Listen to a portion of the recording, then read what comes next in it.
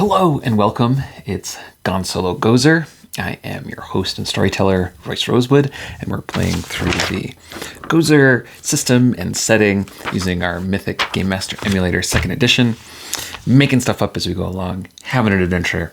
It's fun.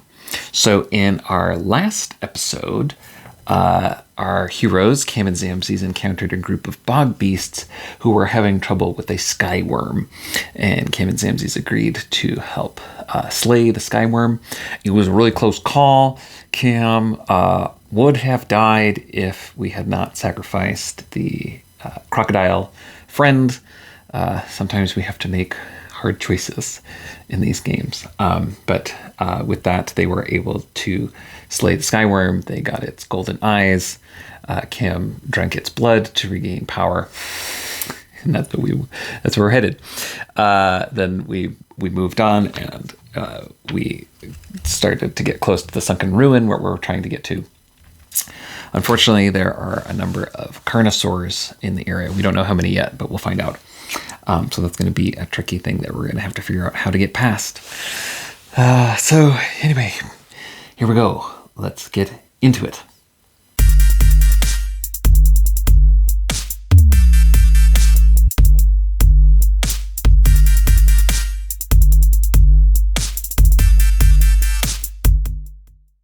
All right, so they are making camp. They've, presumably stayed far enough away from the ruins where the carnosaurs are to stay safe, so that we can refresh and just be at full stats before we head out into the day. But I do want to take a little moment to do like a little character scene, just check in with their characters, see how they're doing. So they make a little campfire hidden, in the foliage. And Camm and Xamxes are there. They have a basing stoke on Camm's shoulder. They're eating from Camm's body as Camm pulls off parts of their body. This is how they are surviving. And Camm looks over to Xamxes and says, Xamxes, I don't know. Even if we can get this door shield and return it to where it came from and stop the sandstorms and the sand spirits, then the mountains are coming towards GOZR City, and I just don't know. What are we going to do about all of these things? It seems like this world is just trying to destroy itself. Is it even worth it? Xamxes takes a bite of Camm's body. This is all very weird and strange, but this is what we're doing. Xamxes says, I don't know. I'm just trying to stay focused, 1 day at a time, 1 hour at a time. This door shield on my back is very heavy, causing me lots of problems. But I have to try. We have to keep moving forward. And Camm says, yes, but even if we do make it, even if we're able to solve all the problems of the sandstorm in the mountains, what are we going to do after that? What is it all for? Xamxes said, I hadn't thought of that. I'll probably continue to work for peace amongst the people of GOZR City, as I was doing before. What about you? I don't know, says Camm. This has all been very confusing. Originally, I wanted to try to get back at Liza, to avenge Liza, but things have just really spiraled out of control. I don't know. I do want to protect our home, though. But after that, I'm not sure. I'm not sure what lies in wait for me. Great. Just wanted to check in with our characters, see where they're going. All right. So the next morning, we get up, and we've got to get to this sunken ruin, and we need to know how many tyrant lizards there are. But first, before we forget, yes, we have to roll our chaos vector. I think our chaos is currently 6. I've been really poor job of keeping track of the chaos, but here we go. Okay, so we're going to come up with our plan and execute our plan to take care of the tyrant lizards, the carnosaurs. Anything complicate that? 4, yes, we get an interrupted scene. What is the focus of this interrupted scene? 61. Move away from a thread. So one of our threads is going to get more complicated. All right, so which one? 6. The Haragzul eat GOZR babies. Well, that's interesting. We had put that as a thread, but our characters don't know that yet. They pack up their camp and they're moving through the swamp. And as we've established, right, there's these ruins, and it's sort of part of a larger complex, and there are, walls and fallen towers, and, all this stonework sort of spread throughout the swamp and partially sunken, mostly destroyed. And as they move through, they find, like a mural carving in one of the walls that's, sort of half sunken into the swamp. And they go and they look at it. And in the pictures depicted, they see creatures that look like the Haragzul. And they see pictures of, goose and like these young goose and these goose babies. And it's this scene of, the Haragzul, it's all stylized, but they've got their open mouths and they're, eating all these babies. So they look it over and Camm says, Are you seeing what I'm seeing? That looks like the Haragzul. And it looks like they're eating goose babies. And Xamxes says, I see it as well. It appears that these Haragzul have been a part of goose culture for a long time. I do not know the nature of the civilization which built these ruins, but this is very clear. Our allies, which we have been working with, are no allies at all. They are enemies. And they only want the return of normalcy to GOZR City so that they can continue to eat GOZR babies. Yet another problem that we will have to deal with. But right now, our focus is the door shield and the ruins. Then we can deal with the Haragzul. And Camm says, Yes, oh my goodness, there's just so much going on. They've discovered the thing that was hidden from them. Oh no, now they know. Well, we need to know how to get past these carnosaurs. So first we need to know how many there are. This suggests a pack is a 1d3. So let's see how many. Of course, there are 3. There's no way that our heroes are going to be able to take these out in a fight. They've got 40 HP. They're doing 3d6 damage, with a single hit. That's enough to take out, basically either of our heroes in, 1 or, maybe 2 hits. So we've got to get some way around. We're not going to be able to fight them directly. So, but what do carnosaurs like? Presumably they like to eat meat. So perhaps they might be able to go hunting and find some meat, kill some creatures, kill some animals, and then leave that as a distraction for the carnosaurs and then be able to get around them that way. So we're going to try that. We're going to go hunting in the swamp.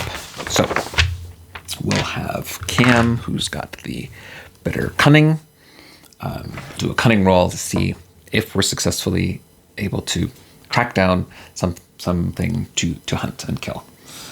All right. 12. Okay, cunning is 10. 12 is success. Okay, so they make their way through the swamp and they come upon some prey. Let's see if we can roll on this creature table just to get some descriptions of what it might be like. All right, we'll go blue and white for this 66 table. All right, 52, it's a skittering. 34, spider. Okay, but obviously it's going to fit our purposes of being large enough to eat, be meat. Okay, so It's sort of this large, sort of bulky spider kind of shaped thing. They're sort of crawling, and maybe there's a bunch of them, a bunch of smaller ones, or enough meat on them that is going to satisfy hungry carnosaurs.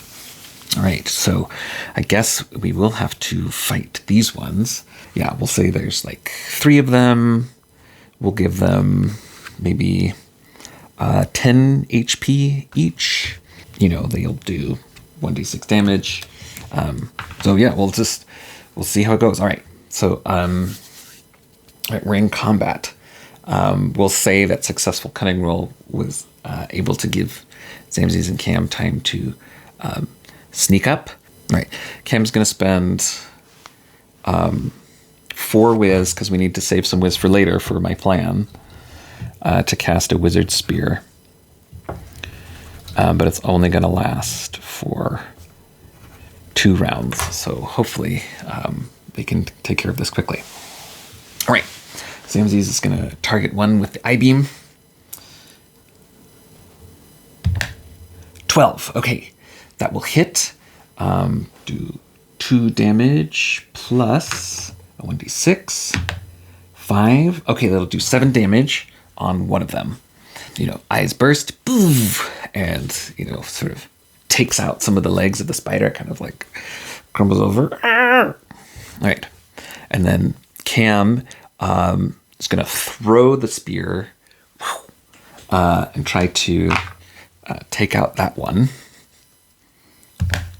Okay. 10 will succeed. No extra damage. But we'll get a 1d4 plus 2. I think this is the first time Camm's ever actually successfully damaged something, which is great. So 2 plus 2 is 4. Okay, so Camm takes the arcane spear, tosses it into the bulk of the spider, and one spider is down. So the question is, do the rest of the spiders run away, or do they attack? So we're going to do a morale roll. 7. They're nervous. Maybe one of them kind of hangs back, and the other one crawls up to attack Xamxes. All right. 8. That's successful prowess defense. So Xamxes is able to hide behind the door shield as the spider kind of like is chittering. All right. And we're back into the next round. Let's see. Combat. The player characters get to go. Xamxes is going to try to blast this one. The one that's right up close to the door shield with the I-beams. 9. Okay, that'll be a 1 extra damage. It's d6. Okay, that's 5 damage on this one. Woo. All right. Camm's got to go fetch the spear from the other one. And then is swinging around and jabbing it into the next one. That was 10. Okay, that will succeed, but no, we're just doing right on him. Great. This feels good after that scary encounter yesterday. D4 plus 2. 4 plus 2, 6. Okay, great. That'll take out the next one. All right, so they've stabs this one, kills this spider. So they've got 2 big meaty spiders down. All right, and there's one left. Does it run away? 8. It runs away. It flees. So it skitters off, seeing 2 of its companions felled. It's out of there. They've got these 2 big meaty spiders that they are going to drag back to distract the carnosaurs with. Great. So we'll call that the end of the scene. We'll lower chaos to 5, and then we'll get into our next scene. First part of the plan is a success. Now the next part of the plan is to take these spiders, bleeding, hopefully smelling like delicious meat, drag them out, pull the Carnosaurs away from the Sunken Ruins. And so the plan is Camm is going to cast Fly on Xamxes, and then Xamxes is going to carry them all. You know, Camm can get on top of the door shield. Xamxes is kind of bulky and strong. I feel like that is a better choice than Camm, sort of the little wimpier one. Yeah, so that's the plan. So the question is, chaos factor. Are we interrupted or complicated in any way? 2, yes, that is an interrupt scene. What is the nature of this random event? 24, an NPC action. Okay, well, who is that? 4, Basingstoke, the prudish rat. We're going to roll on our action table from Mythic.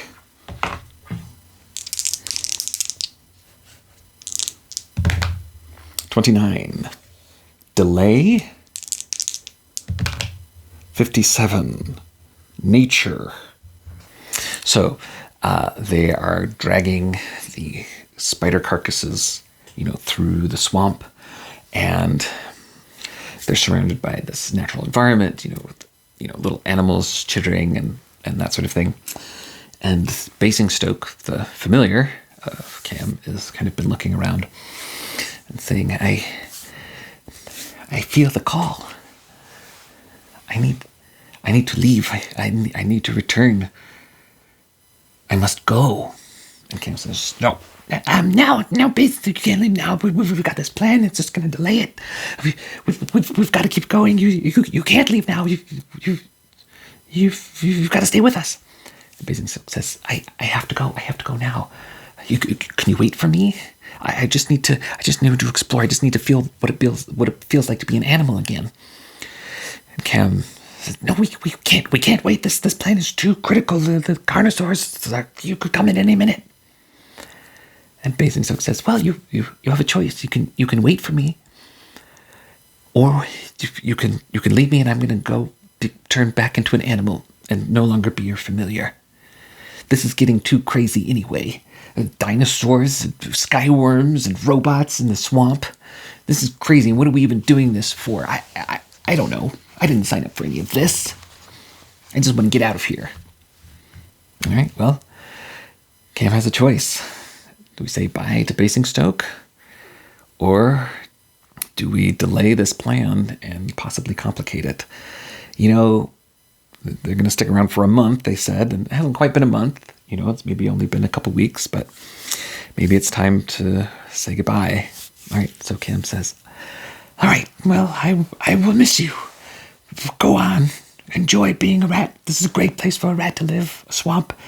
Thank you for all your help and companionship. And we will see you maybe again.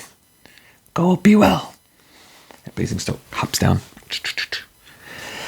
and goes off into the swamp. All right, we've lost another ally.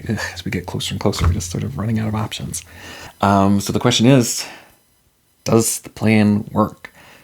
Do these things pull the Carnosaurs away from the ruins? I'd say that's very likely. That seems like a good plan. So we'll call that very likely. Chaos factor 5, rolling under 75 is a yes. 58, yes. Okay, so as Camm and Xamxes place the spider carcasses, they can hear the Carnosaurs crunching through the swamp. And Camm says, all right, let's go now. And with the 2 remaining whiz that I kept, casts Fly on Xamxes. Xamxes has got the door shield on. Camm gets up on top, and they fly. They're going to go up and over. They see the Carnosaurs down below, being distracted, and then they see, the larger ruins of the sunken complex. Let's test. Xamxes is able to spot where they need to go. 20. Oh, critical success. Yes, absolutely. No, it's incredibly clear. There's sort of a large entranceway that they can see. While sunken and ruinous, there's pieces falling apart, and there's stones everywhere. But there's a large entranceway that leads into deeper into the ruins. And they see, and they're able to fly right there. So now the only question is, can they get through deeper in the complex, figure out where to put the store? All right, well, we'll call that a scene. That was a successful scene, so we'll drop that chaos factor to 4. We'll move on into our next scene. I'm going to be exploring the Sunken Ruin, seeing if we can find what to do with this door. Of course, we're always going to roll our chaos factor. 5, we've rolled over 4, so we're good. So we know we're in a swamp, and we know this ruin is sunken. I'm just going to roll on this dungeon descriptor table to give us a little bit more information about, what kind of place this is. All right, 18, creature. 91, sound. As they, step closer into the darkness, as they get further away from the entrance, they come down, they land, and then there's sort of a large room, but it's sort of, it's flooded, there's water on the ground, maybe partially, so maybe there's sort of like a watery area to one side, but then, stone floor on the other side, and they're moving around. And as they go further, they hear the sound of a creature deep within the complex. No, we've got a sound table here. 43, hammering. Interesting. But it did say creature. Okay. So this is just, okay, so they hear sort of a, clang, clang, clang. But there's something, there's something alive about it. There's something beastly about it. So there's clang, clang, clang. And this, of course, is, very disturbing. They didn't really know what they were going to expect going into this Sunken Ruins, but, I don't know if I expected there to be something in there that they're going to have to encounter. As they go further in, is it immediately clear to them where this door should go? I'm going to call that unlikely. And we're at chaos factor 4. Okay, 67. No. There's no immediately obvious place or thing to do with this door. So what are they going to do? Camm is out of whiz points. They don't have any, torches. Is there more than one exit from this sort of entrance chamber? I have no idea. 99. So that's an exceptional no. There's no exit. So they go a little bit deeper. They can't see anything, but the walls just sort of end. Oh, and then this is a doubles too. So that's a random event. Okay, well, what's the nature of this random event? That has to do with, there's no exit. 86, current context. So based on everything that we know, if they're hearing this clanging and there's no exits, that means that this hammering, clanging creature is here in the room with them. Is it a monster? I don't know. 7. Oh, exceptionally yes. It's like an extremely powerful monster. Tell us about it. Using this form table, tell us about this creature, super monster, whatever it is. 34, it is a roaring. 22, worm. As they move closer through the darkness, they see this giant worm shape. And the clanging is, it's got, it must have metallic armor on it, on its head and maybe on its tail. And it's just sort of been writhing.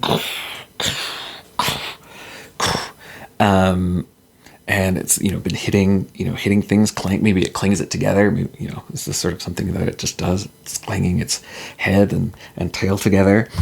And it sort of looks at them and roars and goes, Rah! Xamxes presents the door shield and says, I don't know if this is yours or where it goes, but we've brought it back. Here it is. Is there any sort of response from this beast? I'm going to call that, we're in the right place. It seemed like this is where we should go. There's nothing else here. We knew we had to take it back here. So I'm going to call that very likely that there's a response from this creature upon seeing the door shield, but we are still at chaos factor 4. So 10. Oh, extreme yes. Exceptional yes. The worm turns and looks. It stops banging, and it sees this door shield. Can it speak? I have no idea. 50-50. Which on chaos factor 4 is actually 35. 38. No, it can't speak, but the worm sort of looks at it with sort of recognition. It definitely calms. It stops its clanging, it stops its hammering, and sees the door shield and calms. And Xamxes sort of, sets the door shield down, backs up, hands away. They both sort of back up in the dark, and the worm comes and grabs it. All right, so I don't know what this worm thing is. Some sort of, it's related to the sand things. Maybe it's kind of a sandworm, giant sandworm. And it takes the door shield. I assume it goes somewhere. Oh, but we said there's no exits. Oh, okay. So it takes the door and it puts it up against the wall. And then, we sort of see magic radiating out, through the lines of the stone, and maybe it, starts to form shapes. And it's, you can see the door kind of, adjust itself into the wall. And then the door opens up, and they hear, in the very, they hear sort of this howling and this whistling. And then all of a sudden, all the sand spirits, are rushing past the heroes, rushing over this worm and going, through the door that's opened up a space on the wall magically. And they're all rushing around, and there's this huge, whipping storm. Do they, they probably take some damage. Yeah, they each take 3 points of damage from all this storm. It's sand, right? It's like getting sandblasted. And it's whipping all around. And it rushes in. And then the worm sort of, nods, very, very gracefully. And then sort of magically, it's very large, right? But it sinks down and glows down and sort of turns into this glowing form. And it goes back through the door, which shuts behind it. And they've done it. They've returned the door shield. So they kind of look at each other exhausted. They're sort of whipped and torn by the sand. And Camm says, "We did it. It's back." Xamxes says, "Yes. I don't know what Liza was doing with that door shield. I'm not sure what her plans were, but the curse that she's unleashed for now is solved and resolved. Now we just have to get back home, protect GOZR City, not only from the mountains, but also from the Harag Zul." All right, so obviously we're going to pause that there for today. We've done it, but now we just have to get back because there are other things going on with GOZR City. Stay tuned. keep watching week by week. We're still getting, I kind of feel like we're getting close to the end, but we're getting there. So like, subscribe, share, all that stuff. Thank you so much for staying with me, sticking this far. It's been really fun. This is Science Fantasy Awesome, and you're awesome.